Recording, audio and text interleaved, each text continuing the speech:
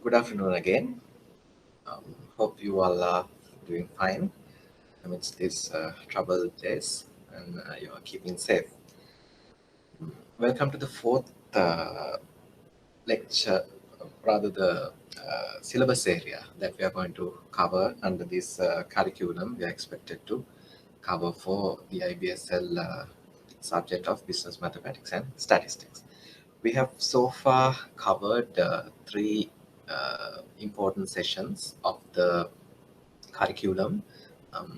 Just wake up your memory. We initiated with a very basic introduction to data collection, methodologies, various definitions of statistics, and then we moved on to types of data, segregation into primary, secondary sources, so on and so forth. Under the second lecture area, we covered presenting collected data in a graphical and a more elaborative manner, which will be useful for the audience or for decision-making purposes. And under the third lecture area, we covered measures on central tendency and dispersion. There we ran into three lectures. Two, we covered some theory areas. And during the last lecture, we extensively covered some of the interesting exam questions that has been tested in the past couple of years. So we are carrying forward some of the exam questions which we couldn't cover on the last lecture. However, those are earmarked. Don't worry, we'll be covering all of them before the end of this curriculum. So in the interest of sticking to the plan, we will start today's session on the fourth area, that is on the probability. So the plan for this segment is also similar to the third one. We have some extensive theoretical areas to be covered. However, unlike most of these areas that we have covered so far, this is, I would say, this is an easy area which you could bring up some of your early day memories of ordinary level mathematics and apply them without any difficulty. Unlike the measures on central tendency and dispersion, you don't have much equations to remember in this area also. So if at all you have an elective question to be chosen under probability, I would strongly suggest that it would be one of the most easiest areas which you could answer. However, the only difficulty that you will be coming across would be to decipher or try to understand what the English of the question that you're being faced with. Sometimes the wording could be a bit tricky. Sometimes the wording could be misleading. You may have thought something, extremely different to the expectation of the questioner or the examiner. So that's the only area which you have to be a bit careful. Having said that, it's not a, I would say it's not merely a theoretical area like we discuss on the sampling techniques, where you have to remember what cluster sampling is, what various types of random sampling, so on and so forth, where you need to have some theoretical background into those different types. Here, what you would see is a mix. You will learn some of these theories, and you will find some of the interesting equations also to be utilized when you are going to answer the questions. The pivotal part, or the most important part under this area, is that you don't have to memorize all these equations, provided that you have the solid arguability or logics behind your thought process, which will give you full marks without applying any equations, as long as you write your argument in plain English. Because probability subject area doesn't really require you to write an equation, apply the variables like what we did in especially the central tendency and dispersion, where you need to, for example, apply where you're taking sigma x and sigma y, xi from 1 to n, where you will be given certain marks in the steps.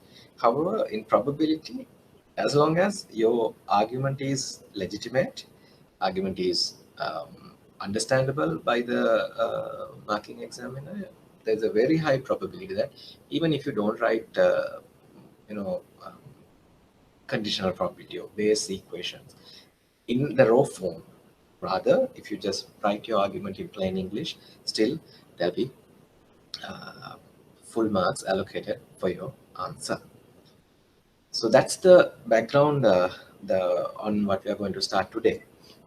This session 4, will run into 2 lectures. Today we are taking the stepping stones or the introduction to the probability concepts, and we are trying to understand some of the foundations of the probability theory. The next lecture series, we are focusing on the second aspect, on the normal distributions, where your memory on those distributions that we talked about previously, the mean, median, mode, normal distribution, curtices, skewness. So those will be taken into the next step, where you will be invited to assume that your data consists of thousands and thousands of data, where it will, you know, come in the nice bell-shaped curve, so that you could apply some of the probability theory that we are learning to estimate certain values with a confidence. Let's say 95% I'm confident that the weight of the selected student will not exceed 70 kilograms. So those kind of statements you may have to make in decision-making process. So that is where the latter part of this lecture series on normal distribution is trying to attempt to cover. Depending on the next week's workload, we may have a choice of either covering some of the essential exam questions next week. However, failing in which, similar to the third series, we will try to have another lecture to cover the entirety of the exam questions, or at least cover all the types of exam questions previously tested in the recent past. Okay, that's the plan for the fourth session. Let's begin with the lecture series on basic probability, introduction to probability, and normal distribution. Let me just see whether my screen is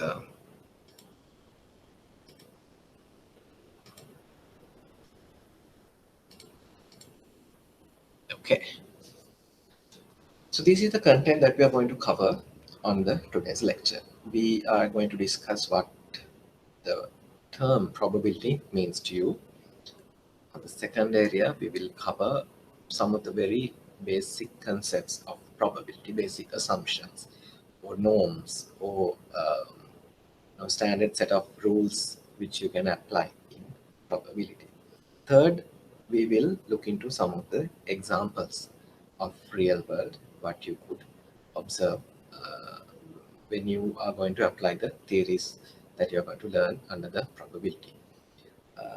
Area 4 and 5 are where we are looking at some of the classification or presentation of the data that we are going to discuss under probability into a presentable way, which you could extract certain answers to the questions that you've been faced with. For example, tree diagrams, TRW, tree diagrams would be one of the easiest way, one of the unspoken ways that you could resolve probability questions. Set theory also could be used to elaborate what sort of elements which will come into a sample space, and accordingly how to derive the probabilities. Venn diagrams are also a visual method which you could easily put up some boxes and circles and cluster the data so that you could answer the questions being asked. Okay. Finally, on the last section, section 6, we will cover some of the probability rules. Obviously, section 6 would be an extension on 1 to 5, what we are going to learn. We are going to just order them in a way for you to apply in the real world scenarios. Obviously, we'll try to stop the discussion with discussing some of the past paper questions. Okay, so we'll start the today's session on introduction to probability. Yeah. So the term probability itself suggests that we need to assess the likelihood of happening a given event, or we need to assess the chance of a particular thing is going to happen or not, or a combination. Let's say this plus that is going to happen. So when you look at the concept of probability, you may understand that it attempts to put up all the likely events into one frame in a concise manner. You won't miss anything in that frame. So inside that frame, we will try to cluster the events in an orderly manner which we want to present. For example, type A and type B. And there may be a crossing in between type A and type B also. There may be some common elements. So likewise, we could organize all the events that is going to happen into an event space and present to resolve questions. If you look at the definition, the easier definition, which I have extracted here in the first bullet point, says probability is a numerical description of how likely an event is to occur. For example, whether it is going to rain today, how likely it is going to rain today afternoon. We can't say, in statistical manner, we can't say it's highly likely or it's unlikely.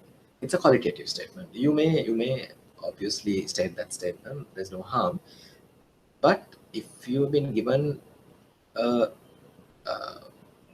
opportunity to elaborate your answer with a number, obviously you are going to use some of the existing collected data, put them in an event space, look at the event that you want to focus, and calculate a numerical number.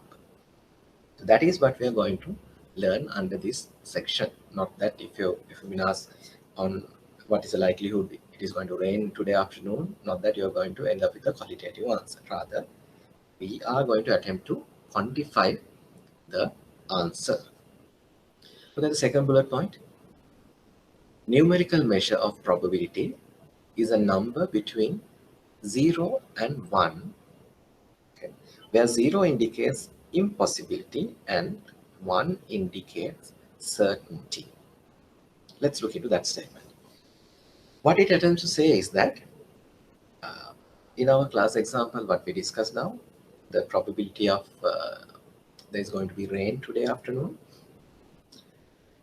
If you say probability of that event is 0, let's say it's an sunny season, extremely sunny day, and the weather forecasting data will suggest that it is not going to rain at all, then your answer would be probability of whether it's going to be rain today afternoon is equal to 0. That means it is going to be impossible. The rain event is going to be impossible. Let's say on another event, it is a gloomy afternoon, and the weather data is suggesting that absolutely there is going to be rain in the afternoon after, let's say, 2 p.m. or 3 p.m. up until the end of the day. Then you may answer the probability of we are going to see some rain in the afternoon is equal to 1. That means you are absolutely certain of the event of rain. You're absolutely certain of the event of rain. That is why you're going to say probability of whether it's going to rain or not is equal to 1. So all the other numbers that we are going to put up in between 0 to 1 are the other continuous variable numbers which you could come up with. Let's say 0.1, 0.15, 0.2, 1 divided by 4, half, 7 divided by 8. So all these numbers, fractions, or decimals are going to come in between 0 and 1 should be numbers that is being calculated based on some data, based on some research, based on some data collected, or based on historical simulations or any other applicable method. Okay. So then the third bullet point, probability of any outcome of a random event is the proportion of times that selected event being occurred over a series of repetitions. Let's look at what is the simple meaning of that statement. Let's say you are going to observe an event of rain for a given day, not like the afternoon case that we discussed, whether for a 24-hour period, whether it's going to be rain or not. So even if there's 1 millimeter of rain, we could count that as, yes, there has been some rain on that given day. And when you look at the multiplicity, when you look at that data over 30 days, when you look at that data over maybe 12 months or 2 years or 5 years, you're looking at the same event being occurring again and again. The event is for a day, whether it's going to be rain or not. So for a given 365 days, you may see, okay, in Sri Lanka, you may see at least 150 to 170 days, you are expecting at least some light showers or heavy thunder showers or anything in between. The rest of the days, you won't experience any rain. So similarly, if you look at the probability of that particular event, let's say the focus of 365 days and 150 days that you're going to observe rain. In that case, the total number of events that is the third bullet point is trying to extract is the 365 days. And that 150 days that you're going to experience rain would be on the top. 150 over 365 is the probability that you're going to see rain in a given day for a period of 1 year. So that's how you come up with probability given an event being repeated over and over again. So to enrich the third bullet point, what I can further suggest is that the higher the number of observations, the greater accuracy of your probability will be true. If you look at 2 days and there is no rain, if you elaborate that, the rain happening in Sri Lanka is 0, the probability of that event is 0, that may be incorrect. Because if you look at the 365 days time period, you may see at least 150 to 160 days is going to rain.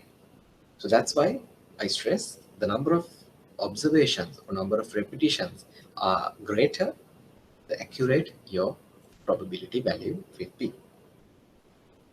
That's what is elaborated in the fourth point. Higher the number of observations, greater the accuracy.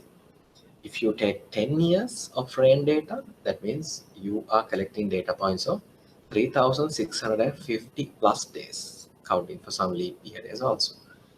So that means that is going to be far more accurate than taking a couple of days or even 1 year for that example, 1 year for that case. Okay. So these are the very basic discussions what we can discuss under the rules and the introduction of probability. How you define an event, what would be the certainty, what would be the impossibility, and how the other values will lie in between, and how to calculate the probability of a given event being repeating over and over again, where you are going to count the favorable events over the total number of events that is going to occur. Finally, the greater the number of events, the accuracy will be extremely high. So let's come into some of the definitions that we discussed so far, which I have elaborated time to time. Let's try to put into formal definitions. So event is a word that I have used since the beginning of this lecture. The definition is the definition goes like this. A simple event can be a specific outcome or a set of outcomes. In our rain example, the event is probability that the rain is going to happen. Or it could be a set of outcomes also.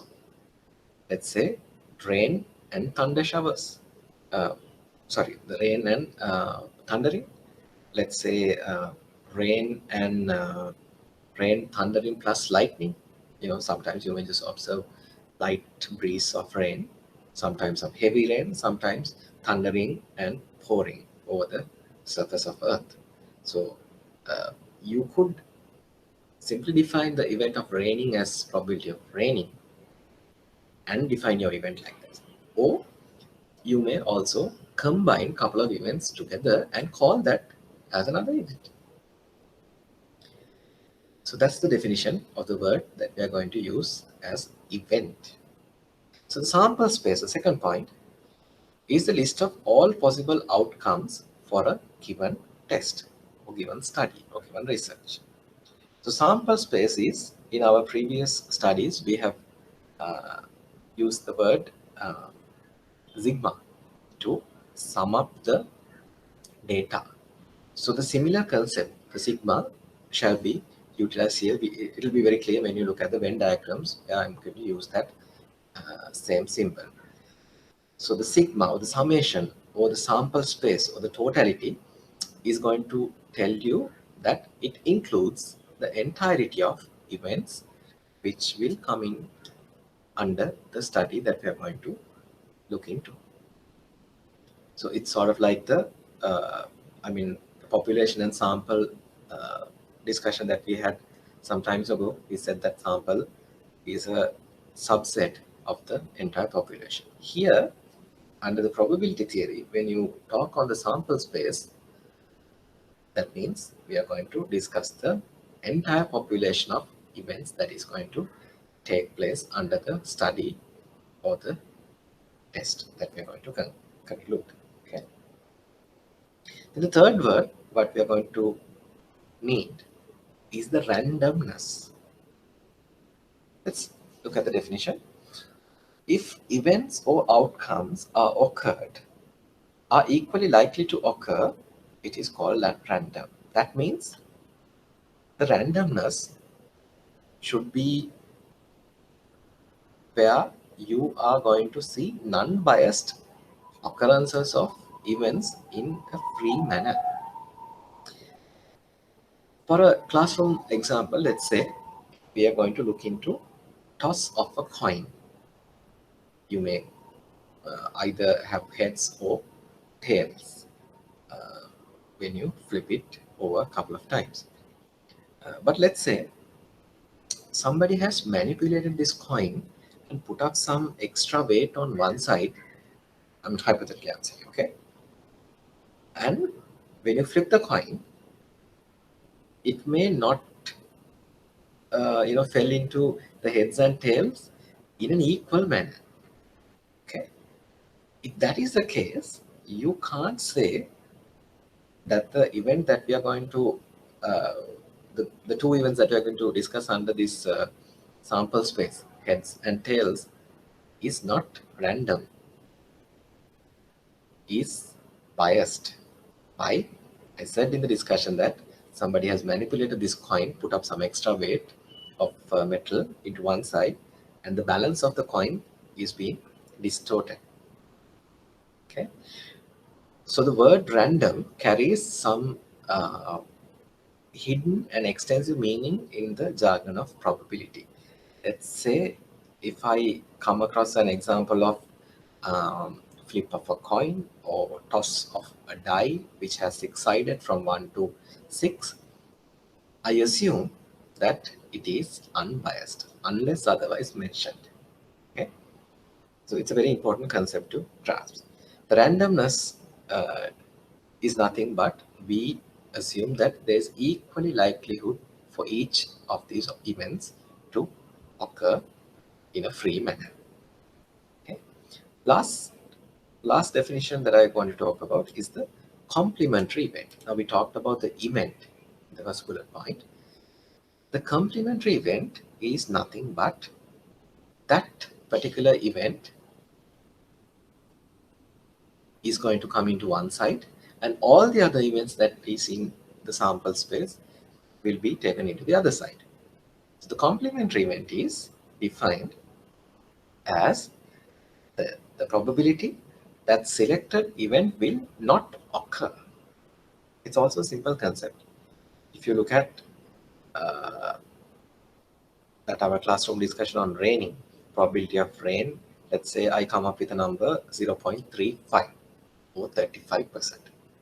So the complementary event of probability of rain is probability of rain dash, which says that rain is not going to happen. There'll be all the other incidents. It could be windy, it could be sunny, it could be all the other weather conditions.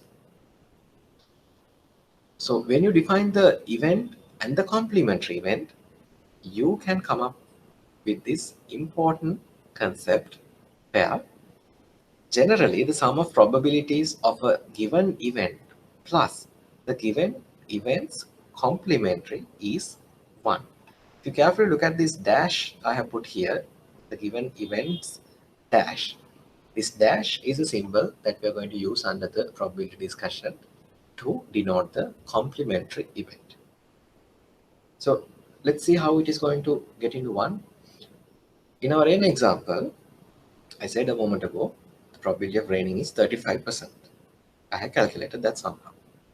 So what is the probability that it is not going to rain? I said the raining is 35%. So all the other events, you won't see rain happening. So that should be logically 65%. Isn't that so? So you see rain 35% of the time. The other rest of the 65% of the time, you will not see any rain happening. So that means 35 plus 65 should be 100%. And that is why we denote it as 1 here. So the probability of rain plus probability of not raining shall be equal to 1. This is also one of the stepping stones in the probability concepts. Okay.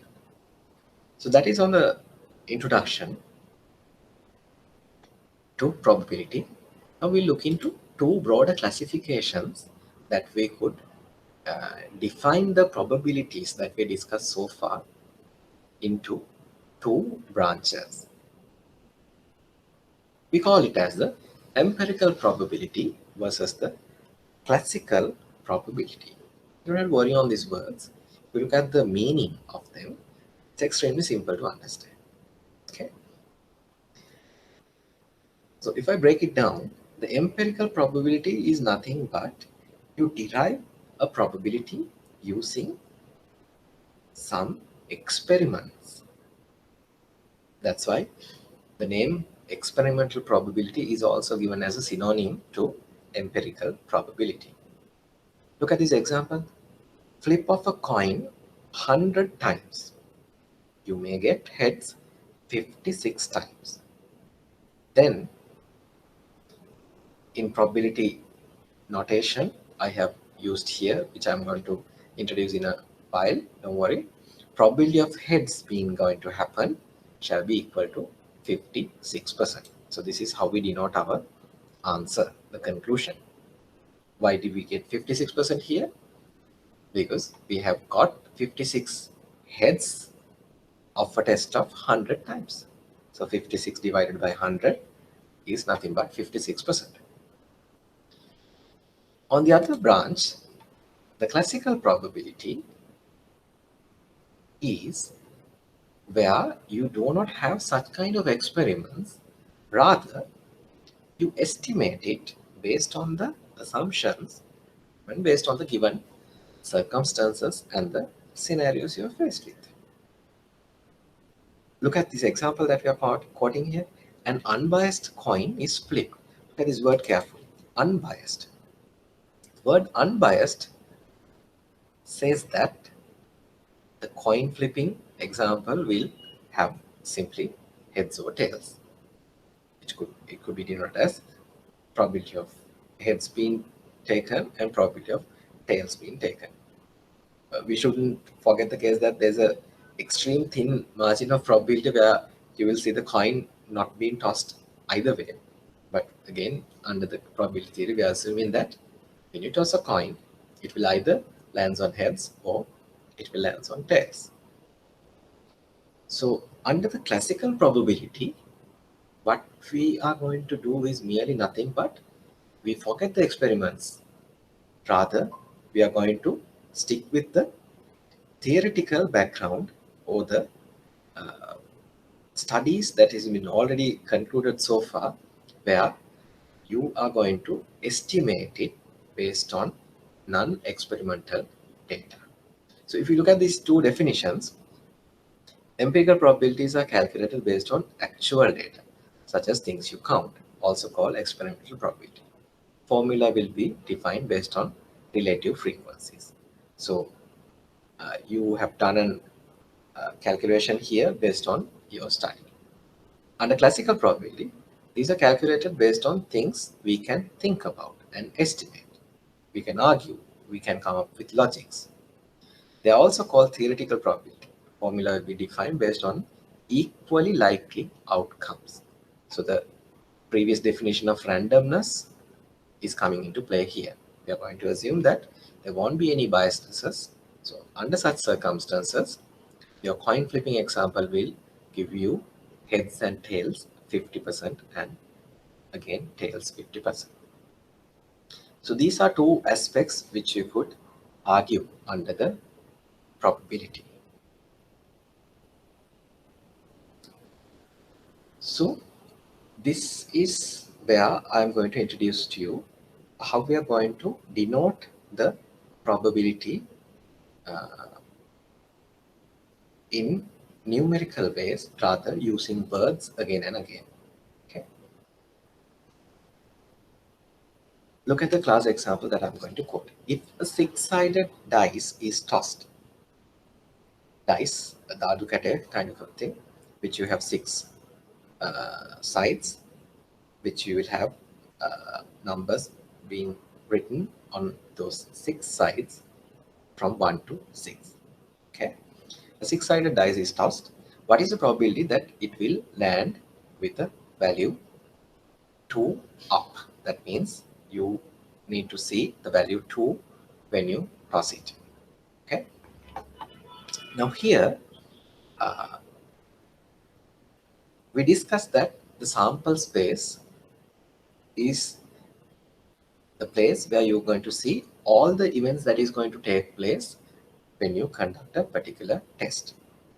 So you see values from 1, 2, 3, 4, 5, and 6 denoted here with commas separating your events in the sample space, which says that you may end up with either of these values if you do this test one time. You may get either 1, 3, 5, 4, any value out of these 6 numbers. So the event of our interest is capital E is nothing but we need the value of 2 to be on the upside or the top side. Okay, so in that event, the event of interest is 2 and we have been asked to calculate the probability that we are going to see that event. Okay, so in very layman terms, what we are going to do is that we are going to calculate probability of 2 as 1 divided by 6. How do we do that? We put up all these total number of outcomes that is going to occur when you conduct this test in the denominator, the bottom side. So this should be 6 here. And the number of positive outcomes or number of favorable outcomes or number of outcomes that is coming into your event of interest will be in the numerator or the top side. That is how we come across 1 divided by 6 as the probability of our event of interest. Very important to understand this concept when we move on to the advanced discussions on Venn diagrams and tree diagrams. This is the stepping stone or the foundation that you are going to argue and extract the probabilities by looking at the sample space and by looking at the unknowns that is not given in the question in the sample space. Okay.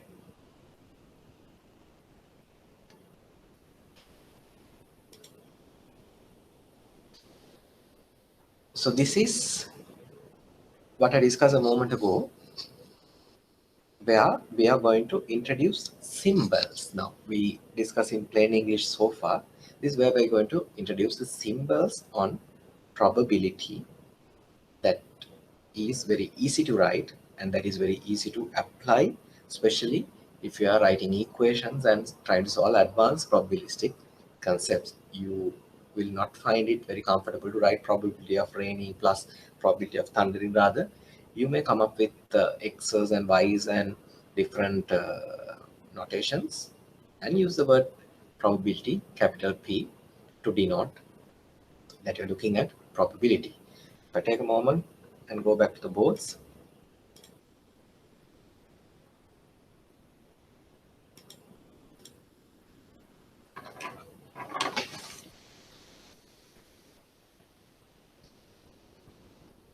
you could use the word P, open up a bracket, at the event that you're going to write, and close the bracket. So this statement denotes that you're looking at a probability of whatever you're writing here. So if I say this equals to 0.3, that means the probability of this particular event is going to happen has been calculated as 0.3 or 1 divided by 3 or 30%. Those three methods of using decimals, fractions and percentages could be used here. So instead of writing so many words and putting up different language here, questions, the most easiest way is that you denote it by a simple letter like this. But this is not sufficient. You have to write what is meant by x here. So in our class example,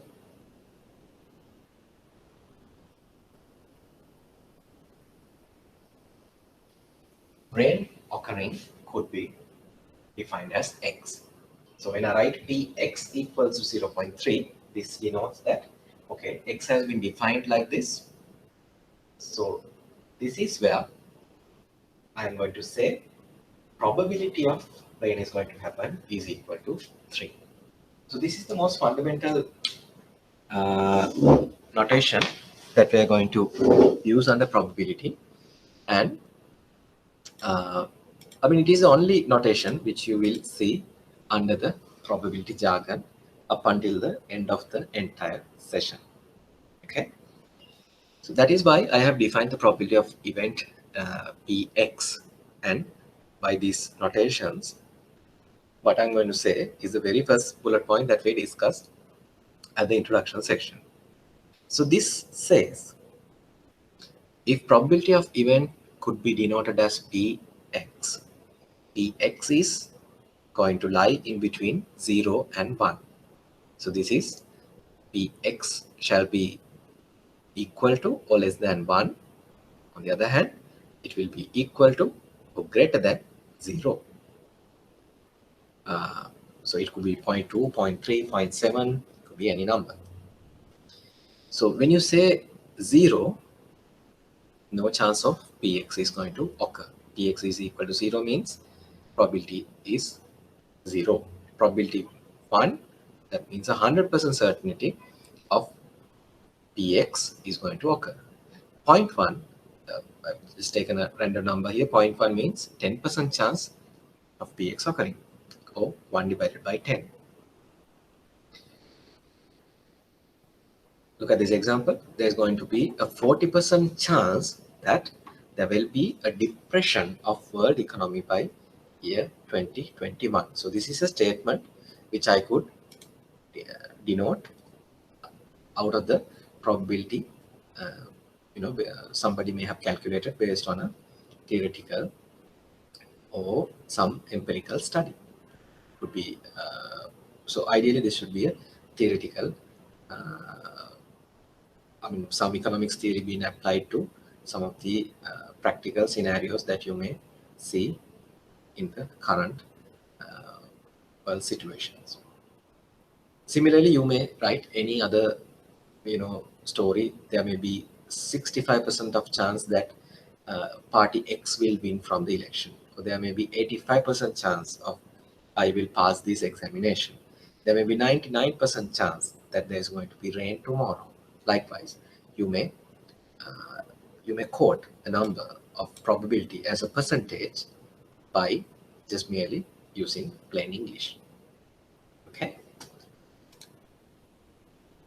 Right.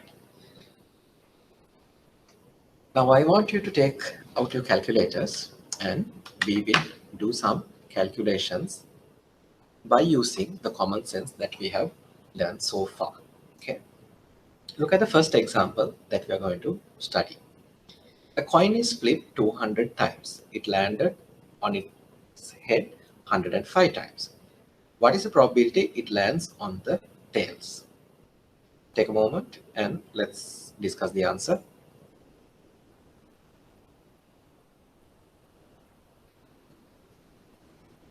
The coin is flipped 200 times. It has landed on its head 105 times. What's the probability it lands on its tail? Easy, isn't that so? So the event space combines of 200 particular repetitions or observations. You may have seen 105 times it's been come as head. So the other, the question I have not given you whether it's an unbiased coin, whether it's a fair study, whether it's purely random. But when I've been given this kind of a statement, students, but I want to stress the fact that you have to assume that under these circumstances, since it is not mentioned any biasness in probability, you have to always assume that the study is unbiased. Okay. So the answer for this first point would be 95 divided by 200. Why? How do you define 95? 95 would be the other side of heads. So you have seen 105 times of head. So the tails shall be 95. So 95 divided by 200 would be the answer. The other way that you could represent would be 0.475. You could simply take your calculator, divide 95 by 200 and write 0.475 also as an answer. Another way would be take it as a percentage, 47.5 in that case. Okay.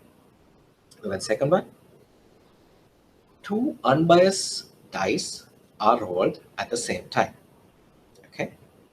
I hope you remember what a dice is. You have 6 sides, and in this case, it is clearly mentioned it is an unbiased dice. So your argument is easy now. You know that there is no biasness and probability of a particular one being occurred is 1 divided by 6. Isn't that so? That's what we discussed when you define the probability. Look at the first question. What is the probability of getting number 2 and 6? Okay. So in this case, you have 2 dices. Okay. Since we did not go to discussion, we just put up in graphical method so that we all are in the same page. Okay. So you have 2 of these. So we have 3, 5, 1, 6, 2, 4. So this particular side that you're going to observe is the answer that when I say of getting number 2, number 6, of getting number 1, number value of this being greater than or less than, what I meant by is this particular value which will come on the upside when you toss a dice. Okay. So in this example, we have 2 unbiased dice rolled in the same time. Okay. So that means you will see 2 numbers, dice 1 and dice 2. Okay, you don't have to worry on naming first dice and second dice. It's random. Who will you don't have to forget that dice 1 will get this value, dice 2 will get that value. That you don't have to bother. Rather, uh, what we are going to discuss is that getting the particular number that we are going to discuss as 2, 6, 1 or 3 by either of these dice. Okay. The first one, it asks, what is the probability of getting number 2 and 6? What can you think now? How many different ways that you can think where you will be get number 2 and number 6? The first dice, let's say you get number 2. Okay. And the second dice, when you get number 2 on that first roll, on the second dice, you may get number 2, number 3, number 5, and you may get number 6 also. Okay. So if you luckily get number 2 on one dice and number 6 on the other dice, so that is the exact event that we are going to focus. And we have been asked to calculate the probability of that event being happening. One dice, you will see number 2 on the top, and the other dice, you will see number 6 on the top. Okay. So in such circumstances,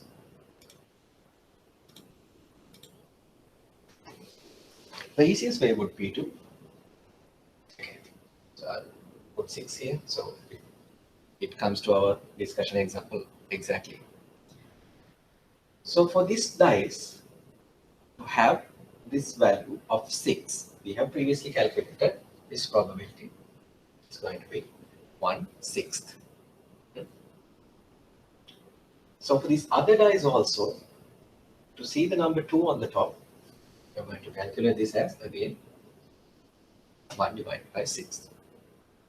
So what are you going to do now? Are you going to add them? Are you going to multiply them? Are you going to divide one from the other? You could do different mathematical operations, isn't that so? So forgetting all these theories on probability, if you merely argue based on your common sense, you may see, okay, now how many chances are you given to toss these dice? Only one chance. You just draw a small tree diagram like this.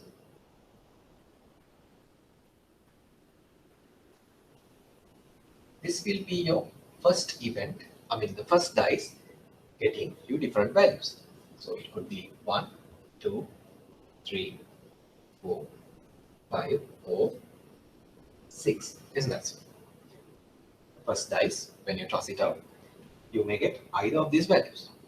The probabilities are also, if I just write it here, it could be 1 divided by 6, 1 divided by 6, and the same number in all these branches. And we discussed that all these will add up to 6 divided by 6, that is 1. Okay, it's covered. Now this is the interesting event that we are going to observe, isn't that so? So the dice which is going to give you the value 2 will have another event that is going to occur, that is nothing but the second dice.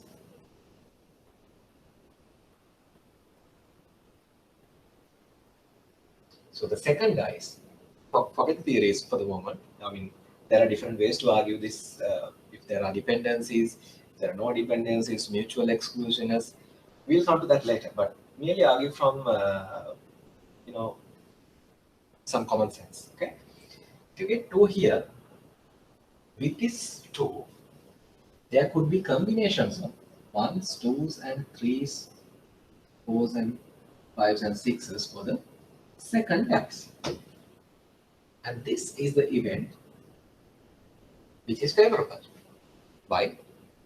You've been asked to select the probability of you getting 2 and 6 by doing the one flip.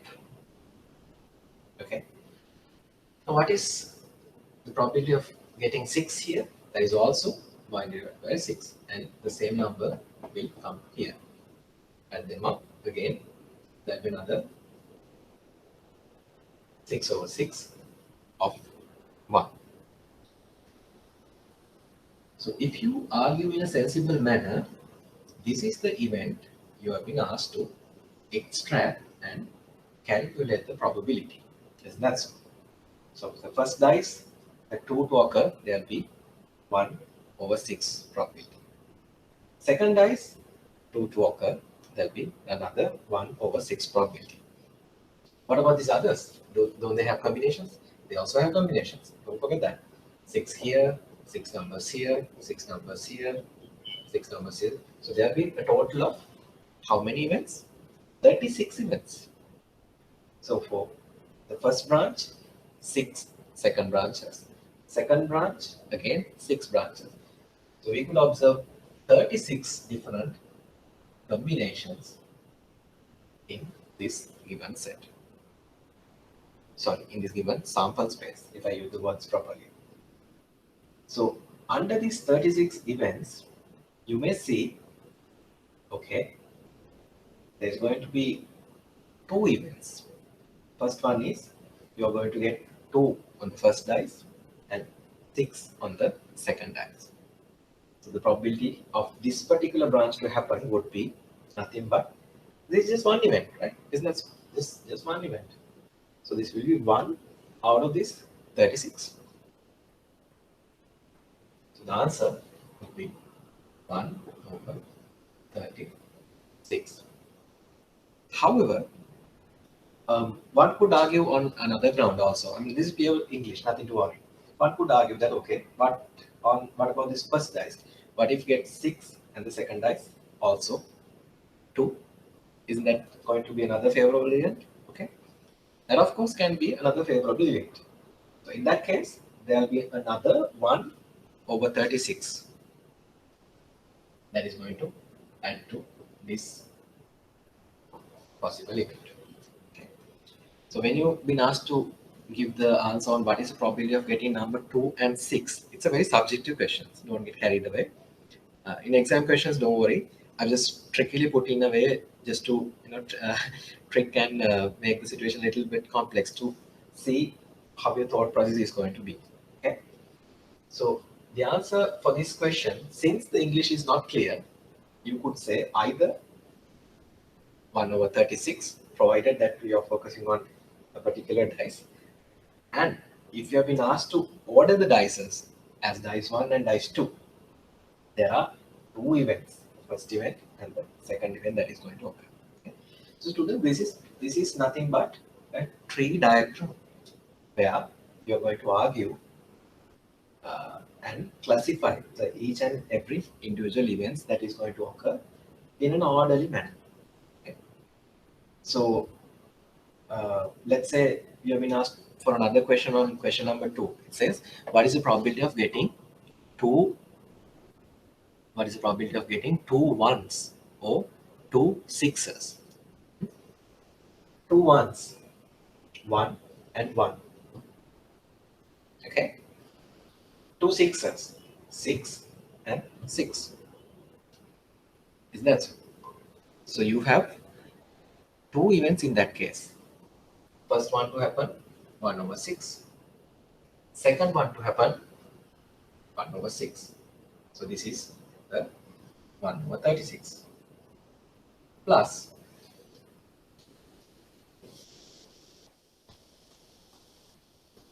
the second point it asks 2 ones or 2 sixes. For the value of 6 also, you have 6 here. That means 1 over 6 to come to this point. And another 6 here. Another 1 over 6 to come to this place. 1 over 36 plus 1 over 36, that means you can observe 2 over 36 times of a probability of getting 2 ones or 2 sixes. In plain English also, if you argue, for you to get 2 ones, that means it could be 36 total of incidences. So 2 ones is going to be just 1 out of this 36. 2 sixes is also going to be 1 out of 36. So the English, it says O, 2 ones, O, 2 sixes. Okay. Look at the third one. What is the probability that sum addition, sum of two dices is less than or equal to 5? That's a tricky one. Okay. What it says is that when you see a value of 1 or 2 or 3, take that number plus the value that you can see on the second dice rolling. Okay. For example, if you take 1 and 1, 1 and 1, is that coming to our event space? Yes, it does. Isn't that so? 1 plus 1 is 2. 1 and 2, 3. That also comes into our event space. Why? The total is less than or equal to 5. So could you think of an answer? I'll give you 20 to 30 seconds and then we'll resolve together. What is the probability that sum of two dices is going to be less than or equal to 5?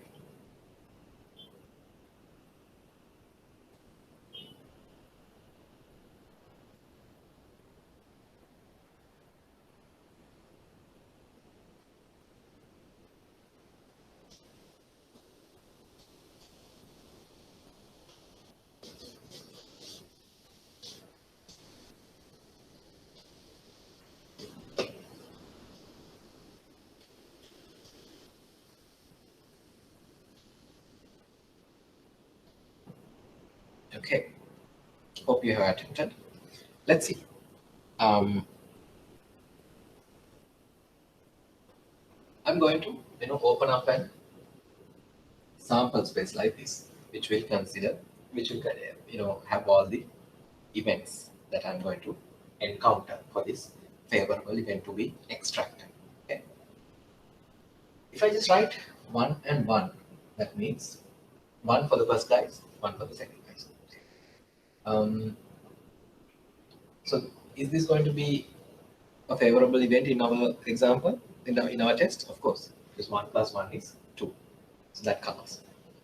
And with this, there will be 1 and 2, 1 and 3, 1 and 4. What about 1 and 5? 5 plus 1 is not less than or equal to 5. It is greater than 5. So 5 and 6 combination we will have to eliminate. What about 2? When you get the first dice value as 2, okay, you may see 1, 2, and 3. This is it. You can't take it more than this because the total is going to exceed 5. 3, 3, 1, and 3, 2. 4, only 1. So previously we discussed that total number of events that you can see in this case shall be 36. How many events that you can count here? You could count 10. Is that correct? 10 events? So the answer would be nothing but 10 over 36 in that case. Probability of that sum of two dices shall be less than or equal to 5 could be calculated as 10 divided by 36. So this is nothing but still we are arguing based on no serious probability theories, rather of common sense and arguability. There could be different, I reiterate the fact that there could be different arguments if you name the dices, if you count your iteration, the first one and then the second one, or let's say the question may say there may be some dependency. If you get one, there is a probability that the second one will also get one. Likewise, your probability and the tables will be something different. So this is nothing but for argument and discussion sake. Okay. Look at the third bullets question. It says there are 3 black pebbles and 3 white pebbles in a bag. What is the probability that getting a white pebble if we take one pebble out? Okay. In a bag, there are 3 black pebbles, 3 white pebbles. Okay. Take one out. what is the probability that you are going to get a white pebble? How many pebbles are here? 6. How many white pebbles that you could see here? 3.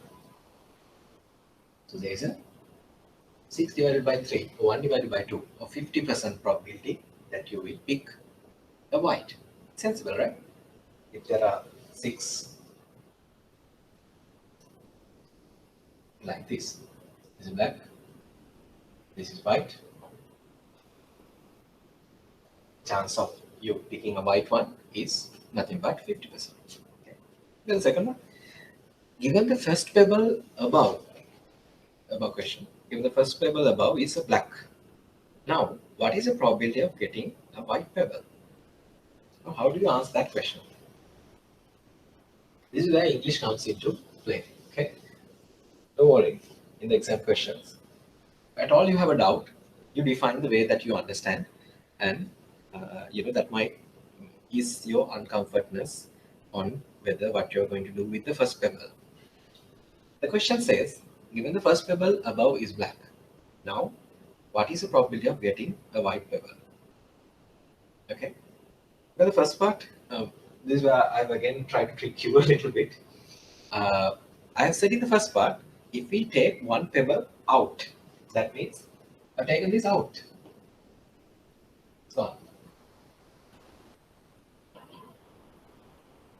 Taken it out. Now the question is simple. So you have 5 pebbles in total, 3 white pebbles. The answer should be 5 divided by 3. If at all you may get a little confusion, that would be whether you're going to keep the first pebble here or take it out. So that is where your common sense and arguability should come into play. If a student is going to say that no, the answer is wrong, this has to be 3 divided by 6, I would still be agree with that statement, because that the English may not be clear for that student. Okay.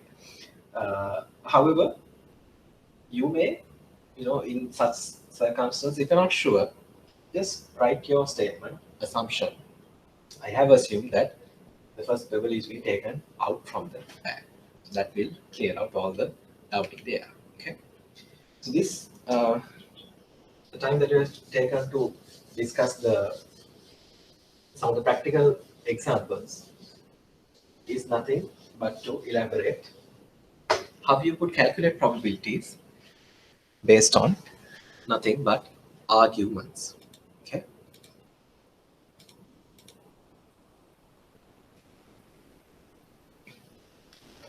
Let's move on.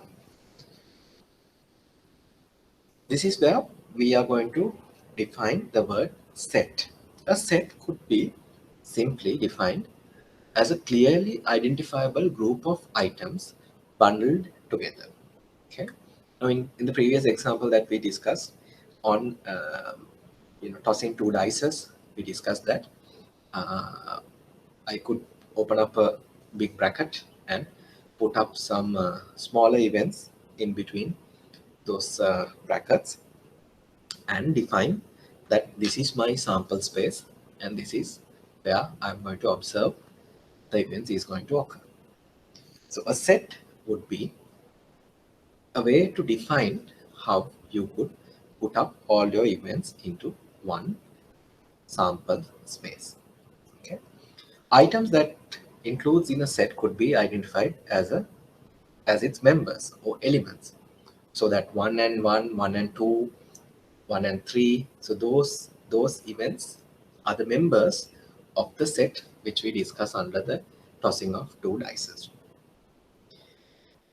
In set theory, usually one element is not repeated, while a comma could be used to separate elements inside a set. So if you just write, let's say 1, 2, 3, and 5 without a comma, one could read that as 1 and 2 and 3 and 4. The other person could read that as 1234.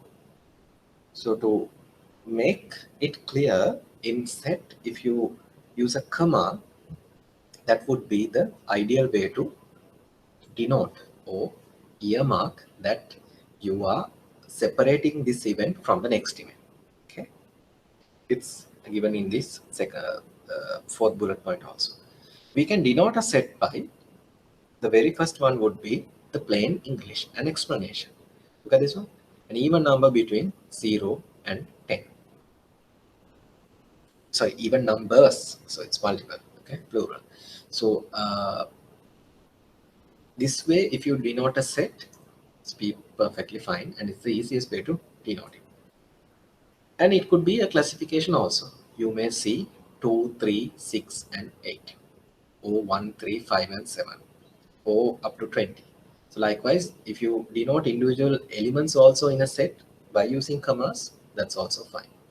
That's another way to define a set. And that's the most common way what we can observe in probability theory. The last method would be use a graphical form. Using a Venn diagram is the easiest way to denote a set and most visually appealing way to understand how individual elements is being scattered in a set. So welcome to Venn diagrams. Now this is nothing but using squares and circles. We are distinguishing our sample space or event space into different events. Okay, a diagram which shows all possible logical relationships between a finite collection of defined sets would be graphically presented by a Venn diagram.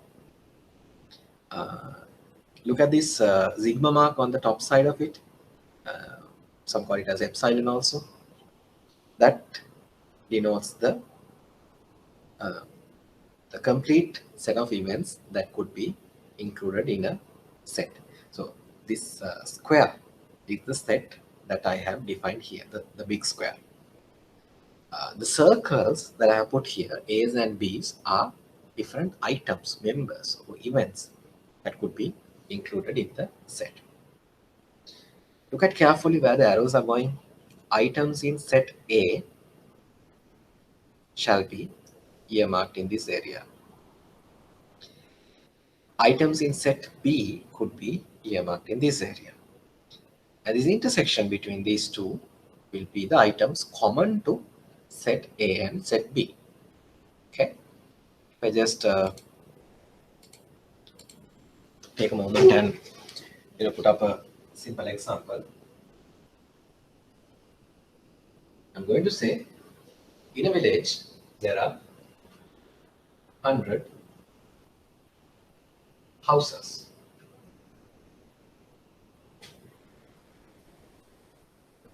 Out of these 100 houses, I have seen, sorry, instead of A, I'll write the word itself. I have seen 70 houses which has televisions. Okay. In old days, you had radios also in the houses. So out of these 100 houses, you may see 70 houses with televisions and 50 houses with radios. So what lies in between here will be the common factor. That means these houses should have both televisions and radios. If I write, let's say, 20 here, that means you have 20 houses out of 100 which has both televisions and both radios. That's how you denote. So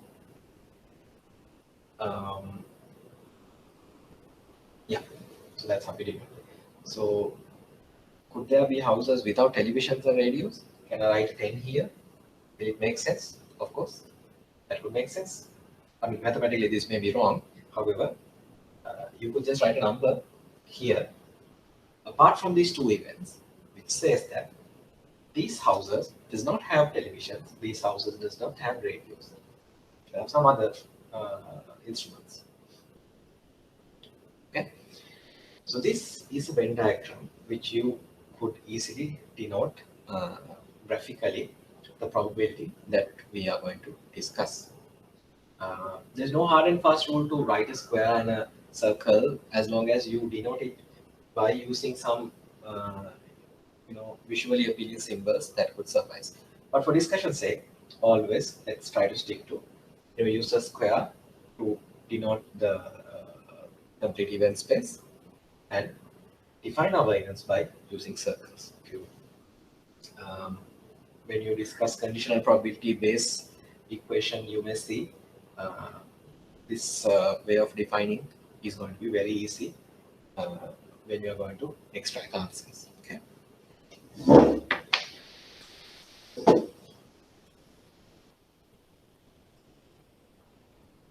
Right. So the highlighted area is defined as AOB mathematically.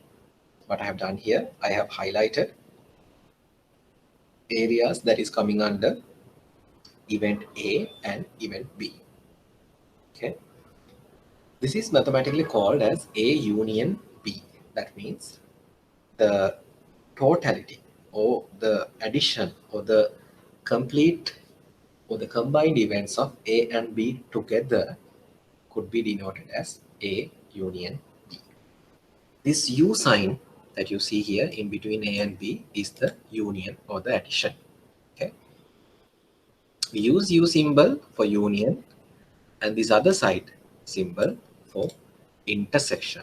This is not N, this is not simple N, be mindful. This is the symbol for intersection. That means the common area for both A and B. So if I move my mouse over here, this particular area is the A intersection B, while this entirety is the A union B or A OB. This area will be A and B. We will come into this theory in a while. Okay. So earlier we just wrote P open brackets and X equals to 0.3. Now we are going to combine couple of events and write longer equations also to denote the probabilistic theory. Okay. So P A union B, when I write it like this, that means I am asking to denote the total probability of either A or B going to happen. Okay. What I have done here, I have taken PA, that means probability of A going to occur. When I say A, this entire circle is A. Okay. Plus, I have taken the probability of B. So this entire circle again is taken as B. Now, if I just merely take these two numbers, I'm doing something mathematically wrong. What is that? I have double counted the small area when I take the probability of A and B together. Isn't that so? If you carefully look at this, probability of A, this circle, I have taken it once. When I take probability of B also, I have taken this common area or this intersection again double counted. So that is why I have to deduct it once. So that is how this beautiful equation of PA union B is equal to PA plus PB minus PA intersection B comes into birth. It is nothing but, if you mathematically argue, you have taken this intersection twice when you add up the probability of A and probability of B together, when you see some common elements also for these two events. Okay. Another way to define probability of A union B would be, you take this probability of entirety happening, this entire box, okay, this event space, the sample space, the totality, and then you minus this excess area which is not highlighted, which will have to give you the same answer of probability of A union B. Okay, if I just moment. If you look at the board behind me, look at the number 10 over there, if you see it clearly, of 100 households, 10 houses is not going to have any televisions and radios. So that is where you see the A union B dash. I'll write it for you. So let me take this as T. Let me take this as R. I'm going to write P, T union R. Okay. One method would be I take 70 out of 100. Let me be 70. Okay. And then I take this 50 out of 100. Then I take this 70. And when I take this 50, I have double counted this 20. So I have to take it out once. This will be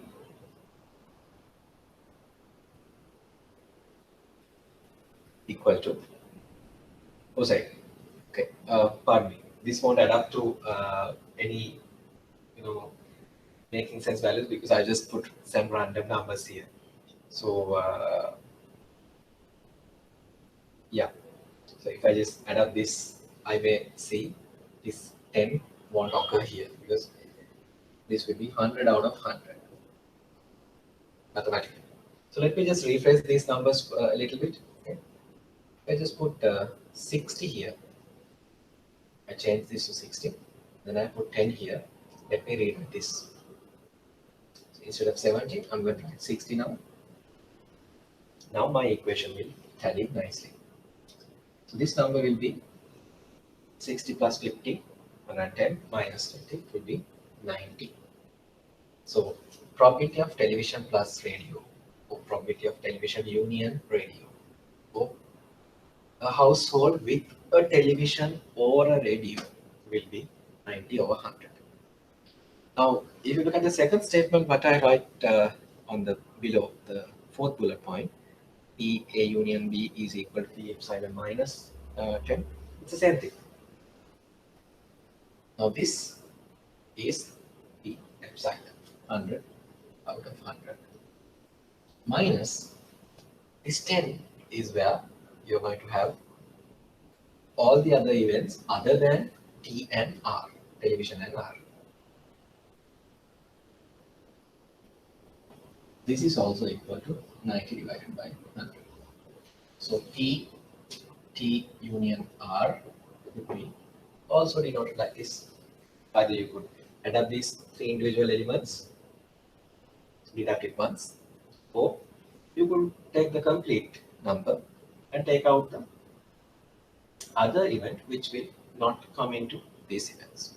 Okay.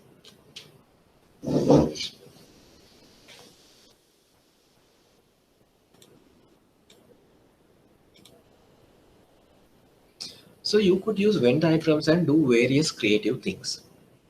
I have put up some most commonly used Venn diagram examples which we could discuss in our day-to-day cases. P A intersection B is what I have highlighted here. We discussed this already. Intersection is nothing but the common elements to two events in our examples of televisions and radios. These are the houses of those 20 houses which has both a television and a radio. Okay.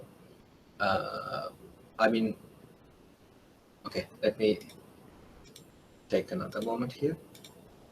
Okay, now this example is over. Could there be an instance like this? Same example. Could there be 70 televisions and 20 radios and 10? This is also possible, right? This says that 100 houses, you have 70 houses with televisions, you have 20 houses with radios, and there are no houses with both televisions and radios. So in that, the very first of P A intersection B, previously it was like this. So you had a common area. However, now I'm defining it as no, there are no such common areas. So you could draw that diagram like this. 70 here, television, 20 radio and 10 without any televisions and radios. Okay. Maybe another one. You would have 5 here and let's say another 5 for another different this thing. So this way also you can denote your Venn diagram in any common way. But if you write something like this,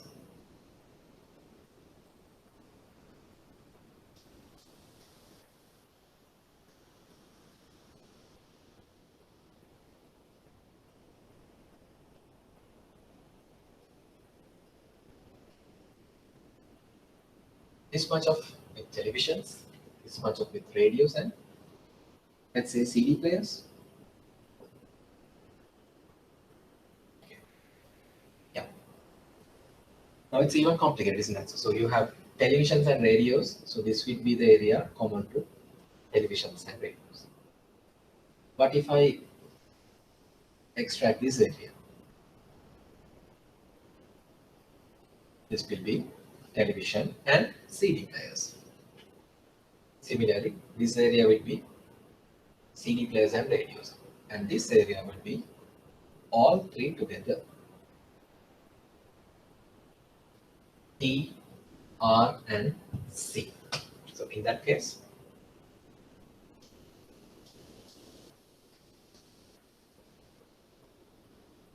T, R, C. This is how you could write it down to denote this particular area. Okay. So the Venn diagram, for the discussion sake, we are taking only 2 events. So I just want to tell you that in practicality, there will be not only 2 events, however, there will be multiple events in a given set. Okay. So under B, what you could see is P A union B dash. Look at carefully, there's a small dash here. The dash is not at B, but after the bracket. Okay. So A union B is nothing but this area what we discussed on the very first Venn diagram. So A union B dash is this entire area where our 10 number of households were lying with in the previous example. That is that area. Look at this one. C. This Venn diagram says probability of A going to occur. So in that example is 70 divided by 100. What I have written here is another way to calculate probability of A is going to occur. 100% or 1 minus PA dash. What is PA dash? This is the entire white area which is not highlighted in this beige color. So if you simply take it away from 1, this entire area, you are left with this circle of A. So again, PA could be defined in that way also. Right? Look at this D. This is also some important notation. B minus A or A minus B. That way also you could denote. Okay. Look at how we can calculate that area. I mean, this is not the only way. There could be many ways, but one of the most common ways to calculate PB minus A would be to take P A dash. Carefully look at this diagram. A dash. Now A dash is from this diagram. It's easy to understand. This entire white area. Okay.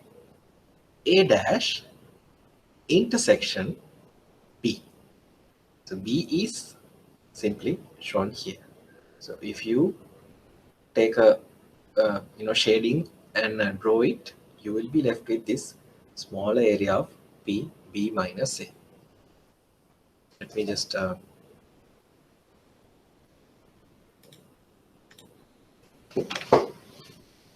you how we are going to draw it.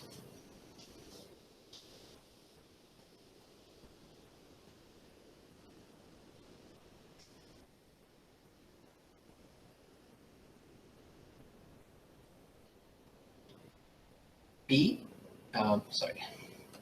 yeah. So this is A, this is B. What we want is this particular area. without this common area. Okay, that means in our previous example, how many number of houses that only has a radio on this, right? Yeah, only had a radio. Okay. First, you're going to take the A dash. So A dash would be this area that I'm going to highlight. Okay.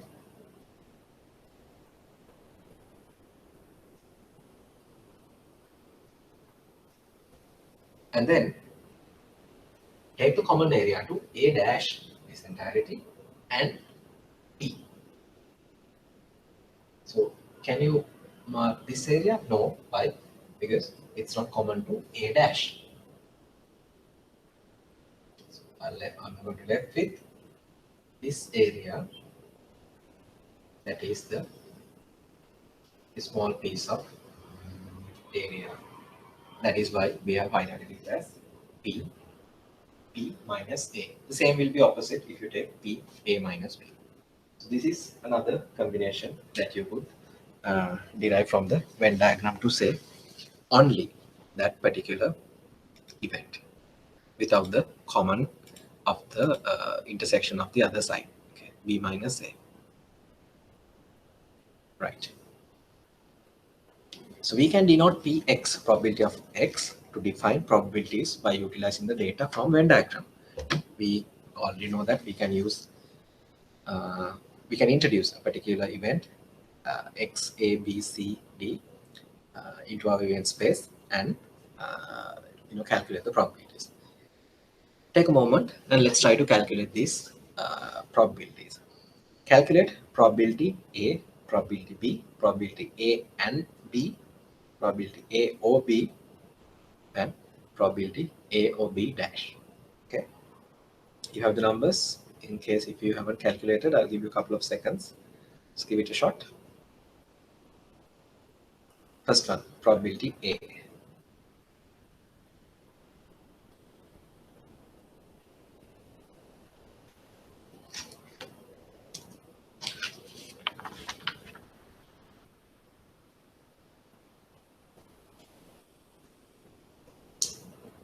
Okay, it's not difficult. If you want to calculate probability A, first what you have to do is to, A obviously you can see there's a 15 and an 8, okay, that's fine. However, you have to calculate how many number of items that you're going to see in the entire sample space or the event space. You have 15 plus 8 plus 12 plus 15. So that should add up to 50. 8 plus 12, 20, another 2 15s, 30, 20 plus 30, 50, right? So probability of A shall be 15 plus 8 divided by 50. 50 is the total number of events that you can see in this space, right? So the answer would be 23 divided by 50. Okay, hope that is clear. How about probability of B? PB, similarly, you have 12 here, 8 here. So the totality should be 20 items here. 20 divided by 50 is the answer for probability of B. Okay. How about probability A and B? So AND is another word that we are going to use for intersection. Intersection goes with AND. Union goes with O. OR. Okay. So the third one is asked to calculate P-A and B. It's very easy. You have 8 items here. 8 divided by 50. Fourth one, AOB. Straightforward, isn't that so? So you have 12 items here, 8 items here, 15 items here. So altogether 35 items here. 35 divided by 50. Yeah, 35 divided by 50 would be the answer. Last one, PAOB dash. AOB is what we calculated a moment ago, isn't that so? 35 events here. You have 15 events on the sample space lying here. So this will be 15 divided by 50. Okay. Right. So hope that has laid some foundation into what is probability, how you can calculate probability by using nothing but simple arguments. And we learned some of the notations, how to use the P and bracket, and you know define up an event and calculate its probability, how to use sample space, I'm sorry, event space, and put up the events over there and separate it by comma. And lastly, how to use Venn diagrams and visually put up events and calculate the probabilities of individual interested events. Okay. Um, so lastly, we are going to formalize what we learned so far into probability rules. I mean, in mathematics, if you carefully look at the rules that is being denoted in probability, integration, differentiation, I mean, different theories have come to uh, a certain point where they could be written in a way so that you can call them as rules of probability, rules of differentiation. However, if you look at carefully, the underlying fundamental uh, simplicities are still the same. Just that we change the circumstances, we change the environment, we change the assumptions, and accordingly, you can see some uh, derived equation from the basic theory.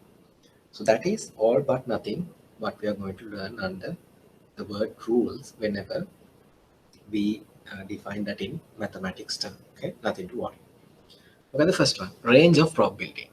Probability of an event should be, this should be must be between 0 and 1, inclusive of both 0 and 1. Isn't that what we discussed a little bit ago? Px, if you denote it by a capital P and simple x, it could be written as greater than or less 0, less than or equal to 1. So this is the very first rule of probability, which we says on the range of the probability. Okay, summation of probabilities. Probabilities of all outcomes in a sample space must have the sum of 1 or equal to 100%. Look at the sigma sign that we learned under previous lessons. Sigma I from 1 to n px, if you add all these x items. So for the completeness, if you have a simple I here, pxi, that would be the perfect definition.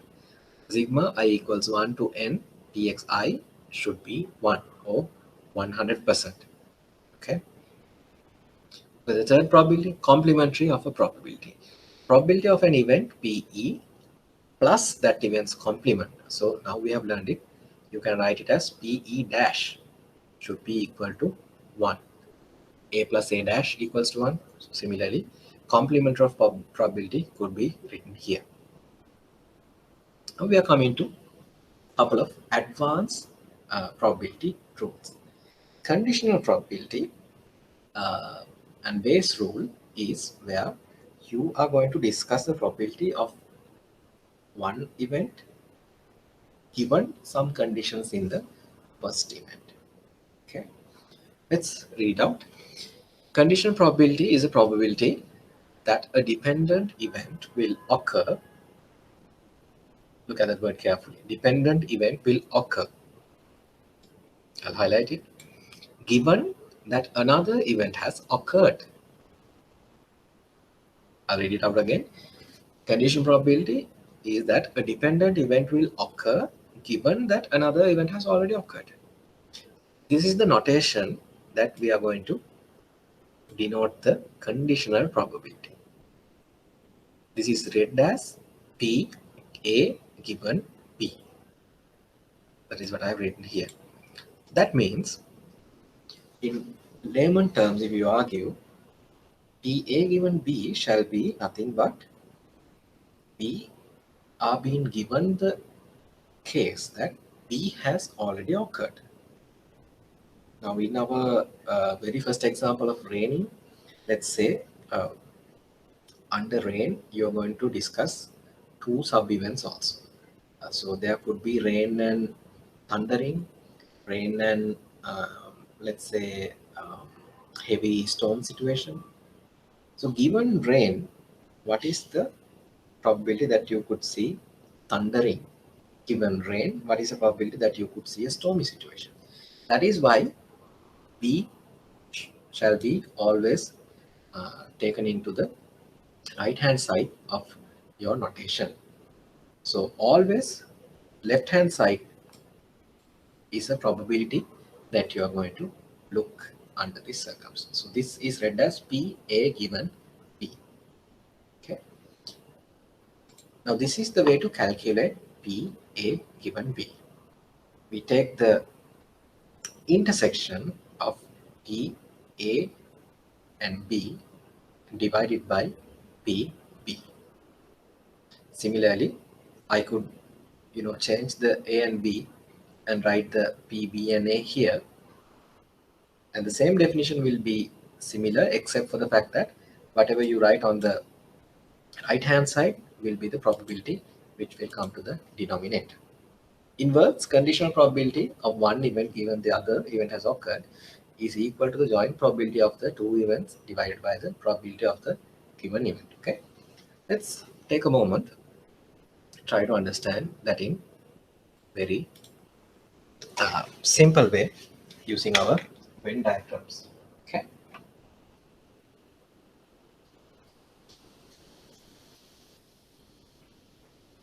That's why at the beginning of the lecture also I highlighted the fact that you may see equations, you may see notations. However, as long as you can, argue with some common sense and arguability, you can easily derive all these equations and answers without any hesitation. Okay. If you have an event space of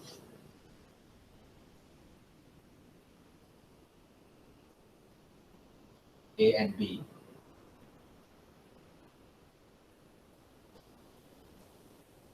and this is A intersection B. I read it A intersection B. Okay. The conditional probability of T A given, sorry, this has to be a straight line, okay, not the division line, straight line. A given B. If you write it like this may imply A divided by B. So careful, always it has to be a straight line. Okay. This equation of P A intersection B divided by BP. If you try to simplify this, what this says is take the ratio between this particular space, this event space,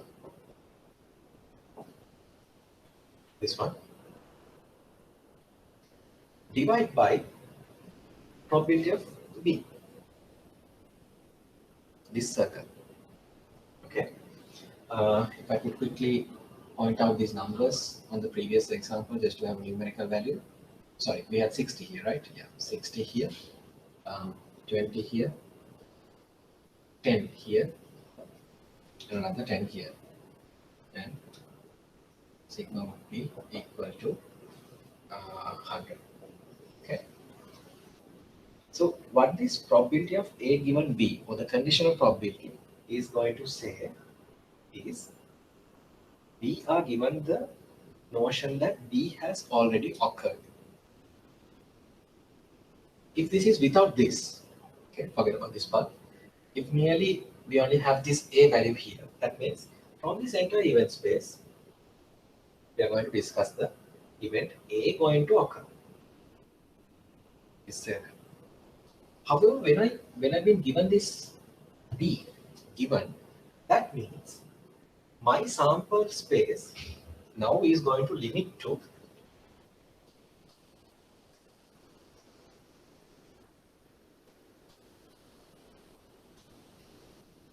this circle, isn't that so?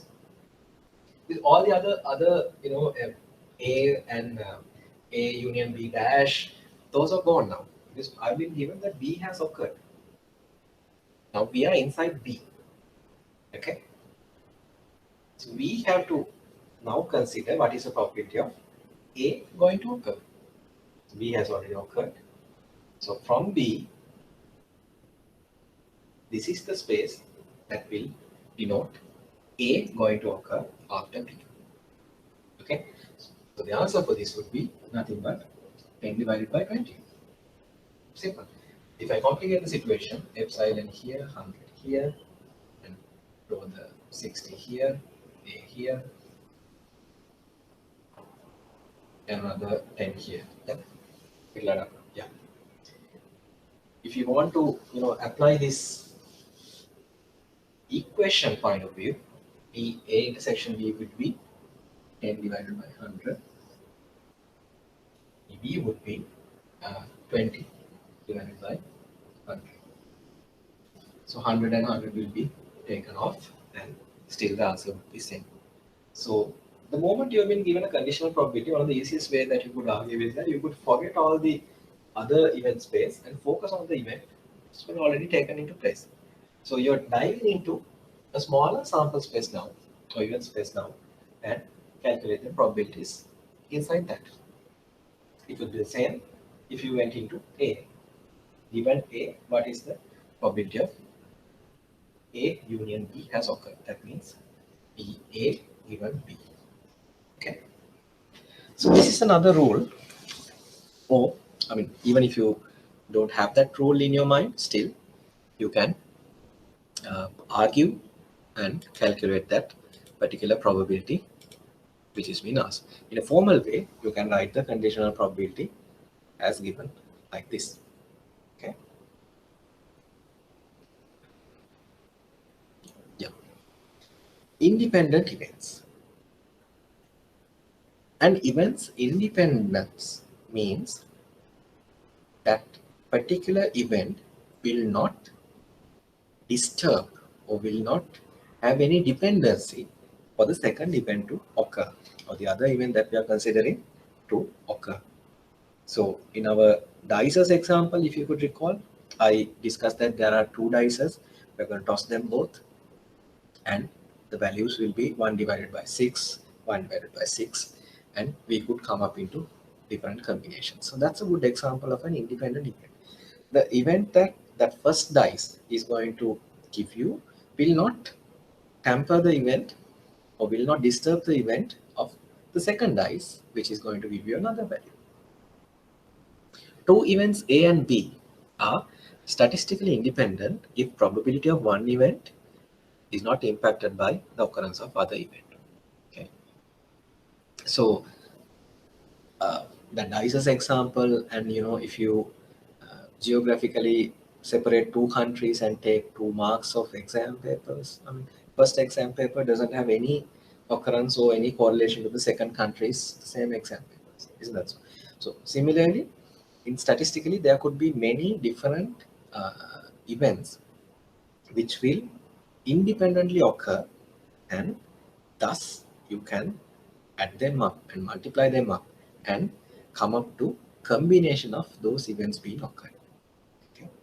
So in our previous conditional probability terms, if you look at P A given B is equal to P A, or P B given A equal to P B, what does this mean is that the first event and the second event are independent. That means in our previous conditional probability, we always discuss the probability of one particular event being occurred and then the subsequent event being occurred.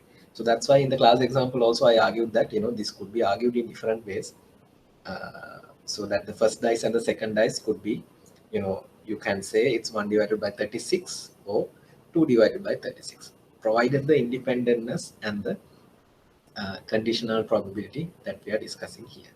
So the conditional probability, if you write it in the previous notations, it will be always equal to the probability of the event that we are going to look into, PA or PP. Why?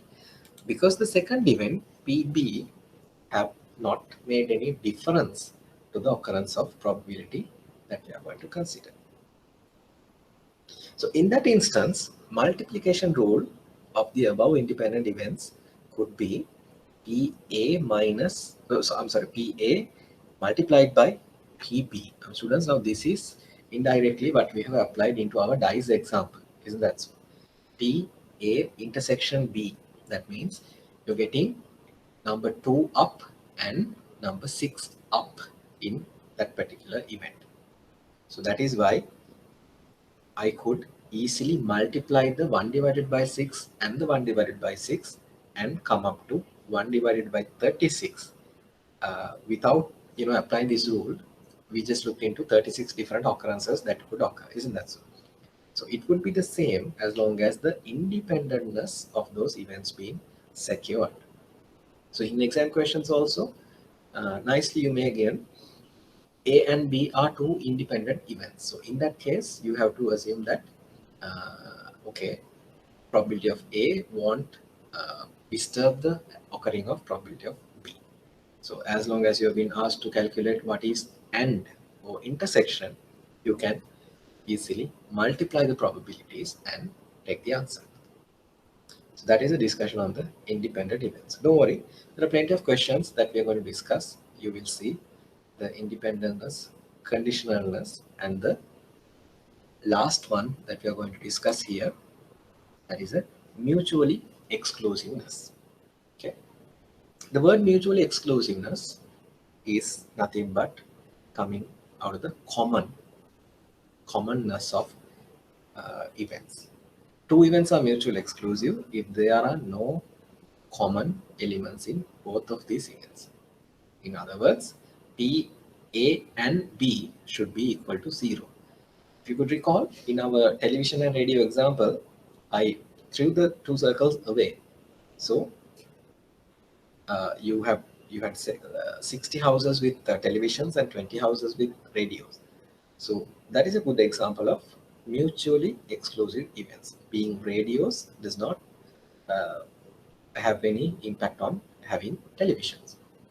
So in such circumstances, since there is no intersection in between event A and B, you can adapt these mutually exclusive events together, or the probabilities together, and take the P A union B. So if at all there is a statement saying that these are not mutually exclusive, the only difference would be, so you have to take the addition of these two and remove the intersection. So this is the very first definition that we had under the Venn diagrams. You have P A union B and remove the intersection part. So mutually exclusiveness is very easy to remember. It's whether you have an intersection or the common occurrence of two events or not. So that's the only difference that is going to occur. That sums up to today's discussion on our probability. So if I just quickly recap, we discussed the introduction, concepts, some examples, set theory, Venn diagrams, and we tried to introduce some of the rules and formalize our learnings in different circumstances, given independentness, given mutually exclusiveness, given conditionality, how you could denote the probabilities. Okay, let's look into some of the exam questions. In exams there are plenty of questions being tested again and again. If you just look at the pattern of probability being tested, I would say comfortably you can score at least 20 to 15 marks if you just attempted all compulsory and elective areas. In the recent exams also, at least you may see one or two questions out of your compulsory question areas also, and those are pretty straightforward and easy. Let's look into, we have 10 to 15 minutes, let's look into some of these questions and see how you could come up with the answers and how you can argue. Okay, first question I'm going to extract is from March 2016. First sub part of the compulsory question. Okay, We'll read the question together. In an employee survey of a bank, 45% of the employees, 45% of the employees are male and 70% are economic graduates. 45% are male, 75% are economic graduates. Right? So the probability that an employee chosen at random is either female or an economics graduate is. Take a moment, think, and let's try to argue.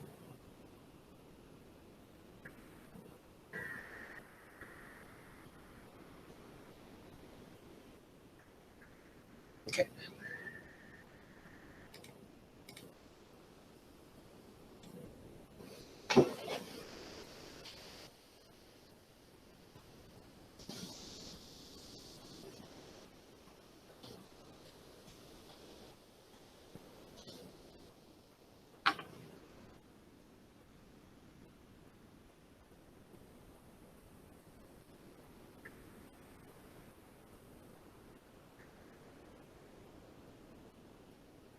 So the question says 45% of the the employees are male.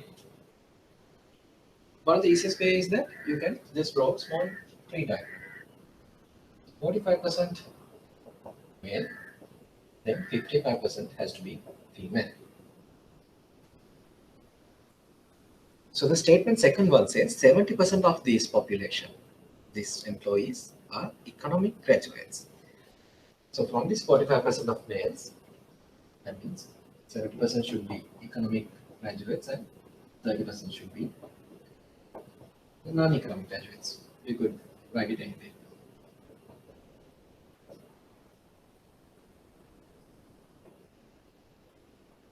We have been asked to give the probability that an employee chosen at random is either female, that means this entire section, either female, or an economics graduate. That means, okay, when you come to female, you don't have to worry whether they have economic degree or not, because it's been already considered because of the female being taken into our event space. So from males, you can see another 70% of them are coming into picture. If you add these two up, that should be the answer for this question. So you have 55% here, 55 divided by 100, plus from this 45 out of 100, another 70% is economics graduates. So this should be the answer to this question. So could it be 1? No. Could it be 45? Can't. Probably should be answer A.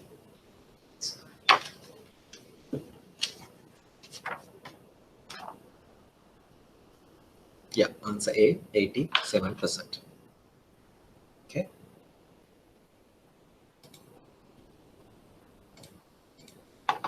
Second question. Subpart number 8, same paper. A and B are two events. Probability of A is equal to 3 divided by 7. Probability of B, 4 divided by 9.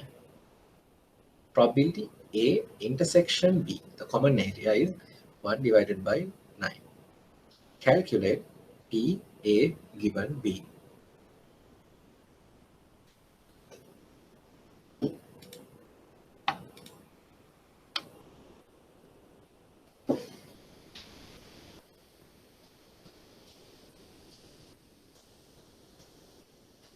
Students, remember now there is not only one method to calculate these probability questions of the same thing. We could use a Venn diagram, we could use set theory, whatever is making yourself lives and comfortable.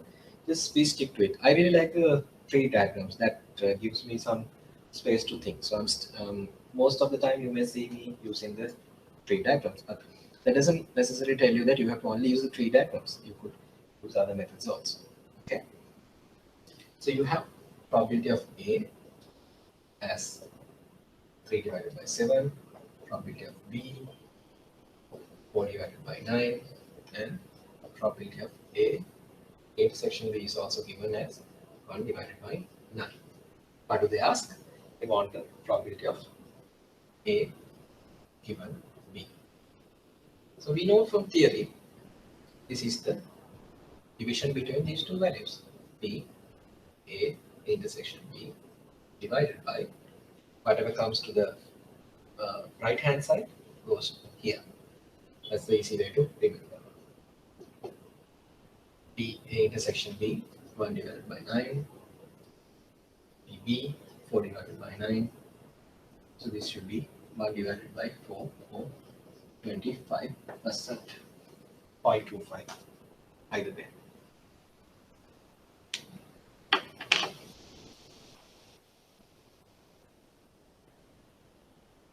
Okay. We have a few more minutes. Let's try to discuss a few more questions.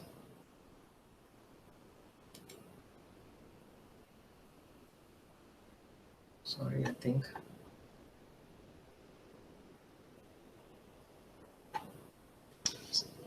Give me a second. Sorry, there's a small technical issue.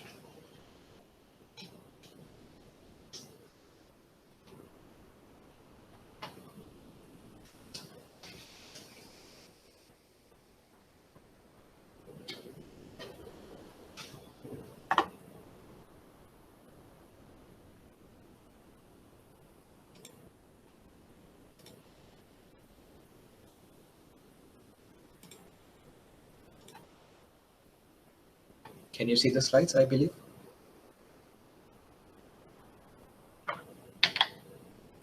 Okay. Look at this question, 2017 March, compulsory question, subpart 1. An apparel factory in Biagama has 10 production lines. On past evidences, there is an independent probability. Look at that word carefully, independent probability. That means 10 production lines seems to be not disturbing each other and they are perfectly independent, right? There is an independent probability that 1% of a breakdown on any production line each day. That means each of these production line will have a 1 divided by 100, 1% breakdown time for any given day. The probability that there will be no breakdowns on a given day is, there are 4 numerical answers. Let's see how you can argue on that. Okay. Now, under the theories on independent events, we learn that if the events are independent, you can multiply. You can multiply and take the combination of such events being occurring. How many production lines are here? We have 10 production lines. So for the first production line to break down, let's say P1, if I just use some random notations. This is the downtime. This is the uptime. This is downtime, this is uptime. So the P1 to have an uptime would be, I'll say probability of P1 being up. Now, this is how I'm going to define. Okay, P1 should be equal to uptime of plant 1, plant 4. Yeah. So this should be 99 divided by 100. What about 2, 3, 4 and up to 10? Same number. 2, if you write it, is again 99 divided by 100. Should be up until the 10th plant. Question clearly says independent probability. So that means we have been asked to calculate the probability that there will be no breakdown on a given day. Let's say now if this went to break down, that means these other 9 plants are working and this has gone to this 1% chance and it's gone. So is that the event that we are focusing? No. each of these has to run. So using the theory on the conditional probability, you can multiply now and take the value. In that case, what you have to do is take the 99 divided by 100, first plant, second plant, up to 10th plant.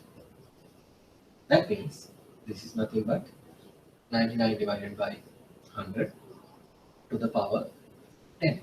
10 numbers here. Or another way would be 0.99 to the power 10. We could argue the answer D for David as the correct answer. Okay. So see, that is how very straightforwardly exam questions can be. Look at this question, 2017 March, question number 6. The probability of a company obtaining contract X is 30%, contract Y 50%, contract Z is 60%. Compute the following probabilities. Now this is question number 6. This is an elective question, subpart 3. You must be getting 5 marks for this question. Probability that the company will obtain only contract X and contract Y. That is first one. Second one says probability that the company will obtain at least contract X and contract Y. Easily you can argue.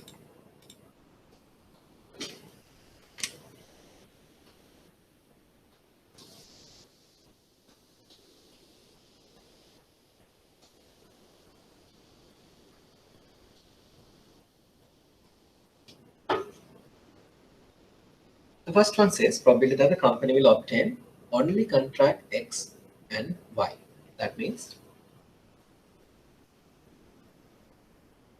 probability for contract X to be accepted is 30%. Probability Y 50% and probability Z as 60%.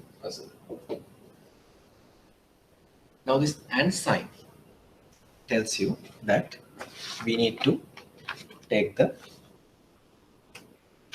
contract X and contract Y together. But what about the contract Z? Are we going to say that contract Z's acceptability and non-acceptability? Do you have a conclusion there? The question says only contract X and contract Y. Does this seems to be having any dependence of the contracts with each other? The question specifically doesn't say so. So you could assume that accepting contract X, Y, and Z by the respective parties for the company is independent. So that means these values could be nicely multiplied and different combinations could be obtained easily. And that's so probability that the company will obtain only contract X and contract Y are nothing but 30, 50. About this part, now if you multiply by 60, that means you have to get this contract also in. Isn't that so? In this case, this is accepting, this is accepting, this is going to be not accepting. That means 40%. Do we have an agreement here? Do we have any doubts? So contract X seems to be accepted with a probability of 30%. Contract Y, probability of 50%. And contract Z with a probability of 60%. If you look at the question, it asks for the probability that the company will only accept contract X and Y. That means, so you have contract X being accepted, contract Y being accepted, and contract Z being not accepted, because this 60% says for the acceptance side. So the not acceptance side would be 40%. So the answer for this value should be 0.0606% for these two occur. Okay. Look at the last one. We'll stop with this. Hopefully. Probability that the company will obtain at least contract X and contract Y. So that means whatever the contract is it, whether it's accepted or not, is not going to make any difference. About this part, basically if you look at this 30 and 50, there could be 60% that contract Y and we have it is it here. So you have 60% that contract is it been accepted, 40% contract is it been not be accepted. So basically, if you do an addition like this, or if you just purely forget this part also, still you will come up with the same probability. So this would be 30 into 50. It would be 15% or 0.15. So this is an important question where it does not clearly says whether your probability, the independentness or any dependency. In here, you have to use your common sense and do an argument that, okay, contract X and Y and Z seems to be not competing with each other, and accordingly, you could do an addition.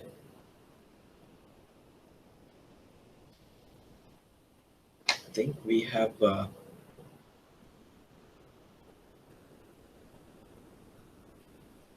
yeah, we do have some more questions to be discussed. However, with the finishing of next week's theory also, I think we will be coming into a good stand as to discuss further questions from probability, and also by using the normal distribution by calculating the confidence estimates. Okay. In the interest of time, we will stop the discussion for today. And I reiterate, we will meet up next week with the second part of this section on the probability and the extent of the normal distribution and calculating the probability with confidence. There are tables on the behind of your book. We are slowly going to learn how to read them, how to use them, how to compute Z values. From those Z values for a given confidence interval, how do you denote the probability? Okay, that's it for the moment. If you have any questions, you can throw it up or we can wind up for the day.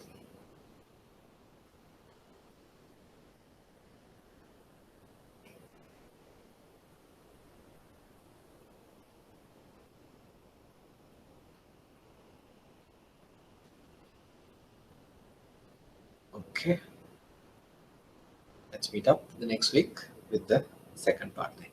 Have a good evening. Bye-bye.